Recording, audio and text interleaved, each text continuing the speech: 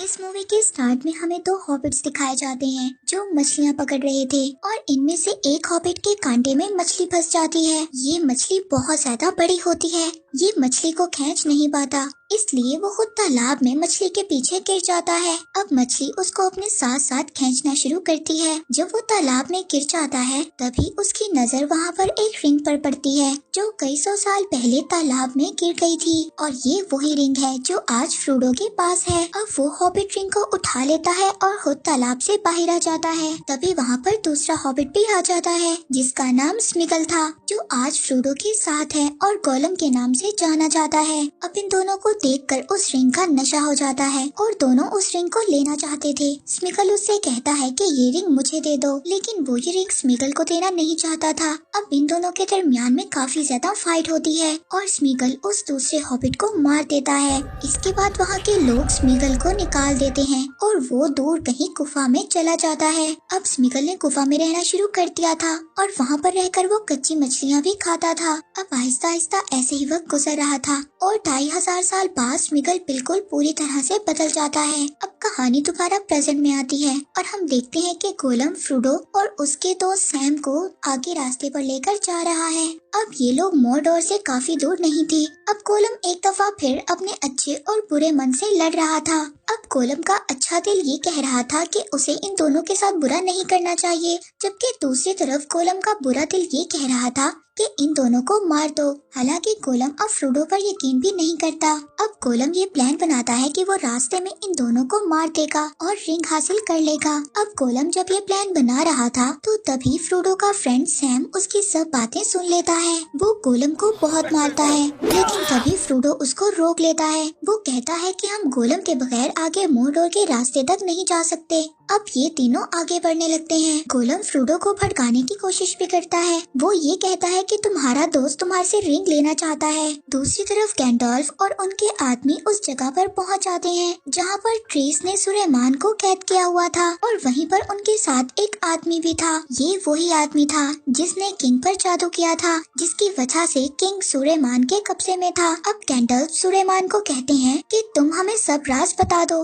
अब वही किंग अपने आदमी से बोलता है कि तुम सुलेमान का साथ छोड़ दो और हमारे साथ आ जाओ, लेकिन सुलेमान कहता है कि ये मेरा गुलाम है। मगर तभी वो आदमी पीछे से अचानक से सुलेमान पर अटैक कर देता है। वो अपनी नाइफ निकालता है और सुलेमान की बैक पर स्टैब कर देता है। तभी एल्फ नीचे से एक तीर मारता है। वो उस आदमी को जाकर लग जाता है और सुलेमान जब नीचे गिरता है तो एक लकड़ी उनके आर पार हो जाती है और वो भी मर जाता है। सुलेमान के पास एक जादुई बॉल भी थी। जब सुलेमान मर जाता है तो वो बॉल उनके हाथ से छूटकर पानी में गिर जाती है और वो एक हॉबिट उठा लेता है, लेकिन गैंडोल्फ वो बॉल अपने कब्जे में ले लेते हैं। अब सब लोग वहाँ से चले जाते हैं। रात को जब सब लोग सो रहे होते हैं तो वही हॉबिट देखता है कि गैंडोल्फ सो रहे हैं। वो उनके हाथ से वही जादुई बॉल ले लेता है। अब जब वो अपने हाथों में वो जादुई बॉल पकड़ता है तो उसको कुछ होने लगता है। दरअसल ये सारून की एक मैजिकल बॉल थी जिसके जरिए वो सुलेमान के साथ बातें किया करता था।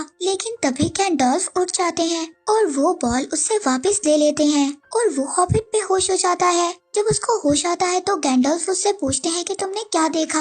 वो उनको बताता है कि मैंने एक सिटी को देखा जहाँ पर आग लगी हुई थी। वो बताता है कि मैंने सारून की जलती हुई आग को भी देखा है। हॉबिट अब उस सिटी की बात कर रहा था जहाँ का राजा एरागॉन था और सारून को एरागॉन से डर भी था, क्योंकि एरागॉन के ही लोगों ने पहले सारून की उंगली को काट कर उस रिंग को उससे अलग किया था। गैंडोल्फ उन सबको बताते हैं कि सारून ये बात नहीं चाहता कि मिडल अर्थ के लोग इकट्ठे हो जाएं। अब गैंडोल्फ उस सिटी में पहुंच जाते हैं जहां का ड्रीम उस हॉबिट ने देखा था। वहां का राजा बोरोमिर और फेरेमिर के फादर थे और वो अपने बेटे बोरोमिर की डेथ की वजह से बहुत ज्यादा परेशान थे और वो अपने छोटे बेटे फेरेमिर को बिल्कुल भी पसंद नहीं करते थे। गैंडोल्फ जब उसको बताते हैं कि उसका सिटी खतरे में है तो वो किंग किसी की भी हेल्प लेना नहीं चाहता था। गैंडोल्फ अब हॉबिट को बताते हैं कि सारून ने एक बहुत बड़ी आर्मी को इकट्ठा कर लिया है और अब वो बहुत जल्दी कॉन्डोर सिटी पर अटैक करेगा। गैंडोल्फ उसको बताते हैं कि सारून ने अभी भी अपने एक वॉरियर को छुपा कर रखा हुआ है और वो बहुत ही ज्यादा खतरनाक है। गैंडोल्फ उसी साय की बात कर रहे थे जिसने फ्रोडो पर अटैक किया था। वहीं पर दूसरी तरफ हम गोलम और फ्रोडो और उसके दोस्त को देखते हैं जो मोरडोर के रास्ते तक पहुंच गए थे। अब वो एक ऐसे पहाड़ के पास पहुंच गए थे जहाँ पर बहुत ज्यादा सीढ़ियाँ थी और उन्हें उन सीढ़ियों को चढ़कर ऊपर तक जाना था। यहाँ पर ड्रैगन और सारून की आर्मी भी थी, लेकिन वो लोग इन लोगों को नहीं देख पाते। अब ये लोग उस पहाड़ पर चढ़ना शुरू कर देते हैं। अब जब ये दोनों रास्ते में सो जाते हैं तो गोलम इनकी बची हुई रोटी को उठाकर नीचे फेंक देता है और उस रोटी के कुछ टुकड़ों को फ्रूडो के दोस्त सैम के ऊपर गिरा देता है। अब जब ये लोग देखते हैं कि उनके पास रोटी नहीं थी तो सैम बोलता है कि ये रोटी गोलम ने चुराई होगी। सैम गोलम को बहुत मारता है। दूसरी तरफ फ्रूडो की हालत बिल्कुल भी ठीक नहीं थी, क्योंकि उस तलवार की वार की वजह से फ्रूडो बहुत ज्यादा वीक हो गया था। सैम फ्रूडो से कहता है कि उस रिंग की वजह से तुम्हारी हालत बिल्कुल भी ठीक नहीं है, तुम ऐसा करो थोड़ी देर के लिए रिंग मुझे दे दो। लेकिन फ्रूडो सैम को धक्का देता है और उसको कहता है कि पीछे हटो। वो सैम से कहता है कि तुम वापस चले जाओ। इस बात से सैम को बहुत ज्यादा दुख होता है और गोलम अपने प्लान में कामयाब हो जाता है। दूसरी तरफ कोंडोर के किंग रोहान किंग की हेल्प लेना नहीं चाहते थे, लेकिन गैंडल्फ फिर भी रोहान किंग को आग जलाकर इस बात का इशारा दे देते हैं कि उन्हें मदद की जरूरत है। अब ये सब लोग उनकी हेल्प करने के लिए निकल जाते हैं। अब जब एक रात ये निकल रहे होते हैं तभी वहाँ पर आर्विन के फादर आते हैं। वो बताते हैं कि आर्विन मर रही है क्योंकि अंधेरे की ताकत बहुत ज्यादा बढ़ रही है और जैसे जैसे अंधेरे की ताकत बढ़ेगी सितारों की ताकत कम हो जाएगी और आर्विन मर जाएगी। लेकिन एरागोन आर्विन को बहुत ज्यादा पसंद करता था। वो एरागोन से कहते हैं कि तुम इस वार को कभी भी जीत नहीं सकते, दुश्मन की तादाद बहुत ज्यादा है। वो एरागोन से कहते हैं कि अभी भी पहाड़ों में कुछ साए हैं, तुम उनको भी अपने साथ आर्मी में शामिल कर लो।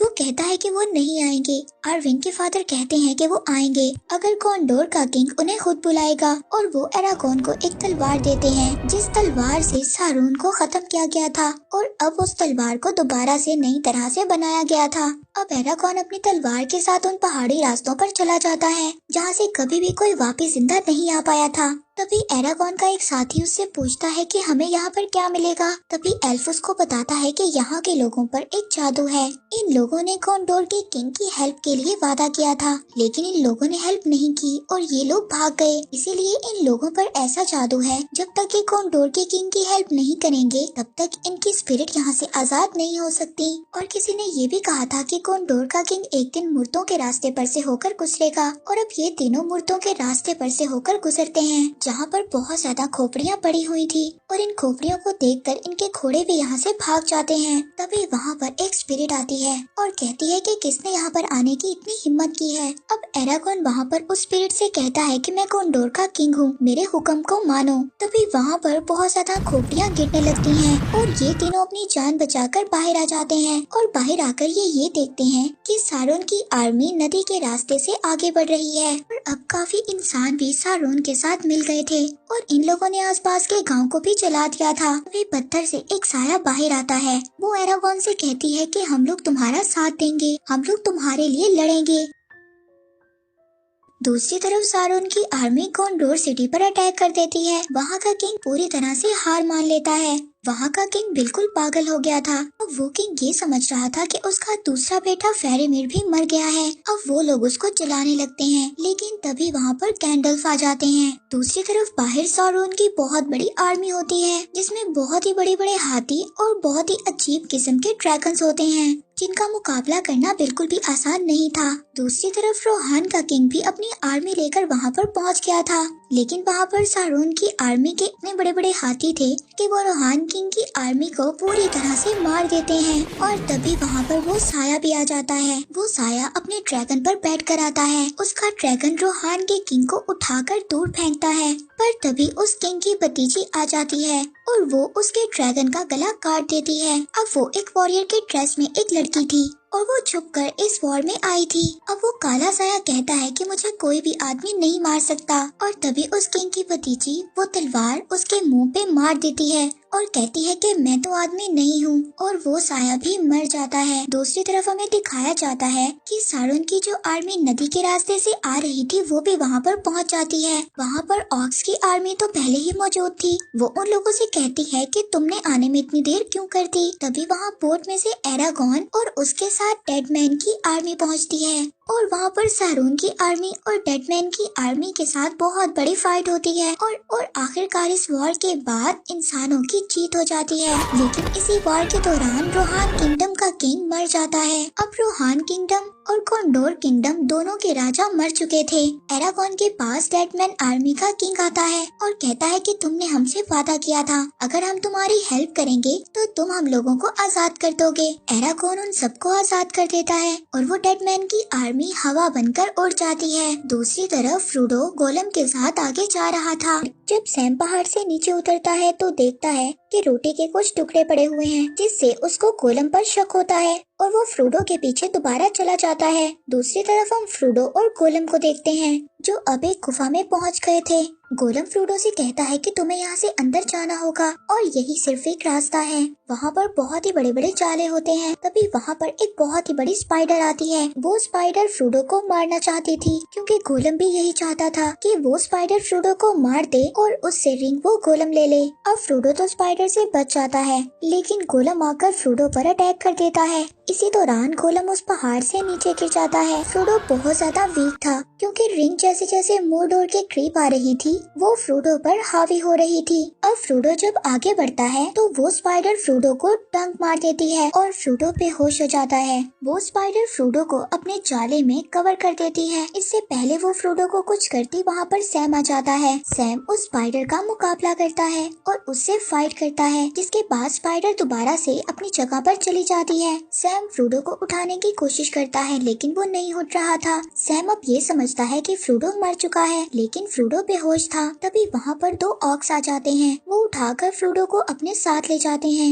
और अब सैम को भी पता था कि फ्रोडो जिंदा है। वो ऑक्स फ्रोडो को एक किले में ले जाते हैं और वहाँ पर जाकर उसके कपड़े उतार देते हैं और वो ऑक्स फ्रोडो को मारने की कोशिश करते हैं, लेकिन तभी वहाँ पर सैम आ जाता है। वो उन ऑक्स को मार देता है और फ्रोडो को बचा लेता है। फ्रोडो अब सैम से माफी भी मांगता है। अब फ्रोडो कहता है कि सब कुछ खत्म हो गया है, वो लोग रिंग को ले गए हैं, लेकिन सैम कहता है कि ऐसा कुछ नहीं हुआ, रिंग मेरे पास है, मुझे ऐसा लगा कि तुम मर गए हो, तभी रिंग मैंने अपने पास रख ली। वो सैम से कहता है कि ये रिंग मुझे दे दो, इस रिंग का बोझ मैं ही उठा सकता हूँ। अब ये लोग मोरडोर तक पहुँचने वाले थे, लेकिन वहाँ तक पहुँचना इतना आसान नहीं था क्योंकि रास्ते में हजारों ऑक्स की आर्मी थी। अब ये बात गैंडल्फ भी जानते थे।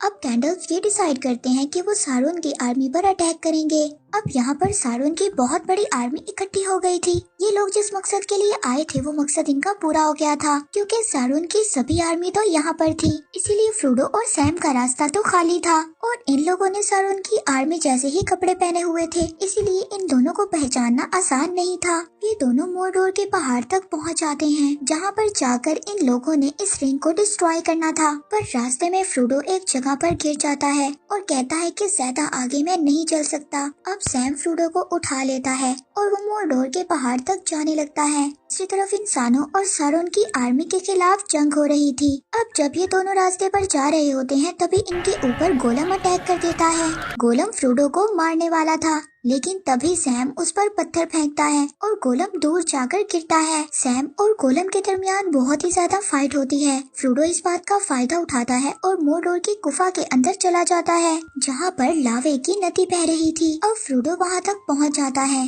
और रिंग फ्रोडो के हाथ में थी। सैम फ्रोडो से कहता है कि इस रिंग को फेंक दो, पर फ्रोडो उस रिंग को नहीं फेंकता। फ्रोडो उस रिंग के मैजिक में आ गया था, कहता है कि ये रिंग मेरी है और उस रिंग को पहन लेता है। ठीक वैसे ही वो इस रिंग के मैजिक में आ जाता है, जैसे कई साल पहले वो किंग आया था जिसको सबसे पहले वो रिंग मिली थी। अब फ्रोडो इस रिंग को पहन लेता है और पहनकर गायब हो जाता है। अब सारून को भी ये बात पता चल गई थी कि रिंग माउंट डोर की गुफा में है। अब वो ड्रैगन जो वॉर में थे वो वहाँ से आ जाते हैं और माउंट डोर की गुफा तक पहुँच जाते हैं। अब फ्रोडो तो यहाँ से चला जाता है, लेकिन तभी गोलम भी वहाँ पर आ जाता है और वो फ्रोडो के फुटप्रिंट से ये पता लगा लेता है कि फ्रोडो कहाँ पर है। गोलम फ्रोडो पर अटैक कर देता है और उस उंगली को बाइट कर लेता है जिसमें फ्रोडो ने रिंग पहनी हुई थी और उस उंगली को फ्रोडो की अलग कर देता है। इसके बाद फ्रोडो नजर आने लग जाता है और रिंग आ जाती है गोलम के पास। गोलम रिंग को हासिल कर बहुत ज्यादा खुश था, लेकिन फ्रोडो अभी भी गोलम से वो रिंग लेना चाहता था। दूसरी तरफ इंसानों की आर्मी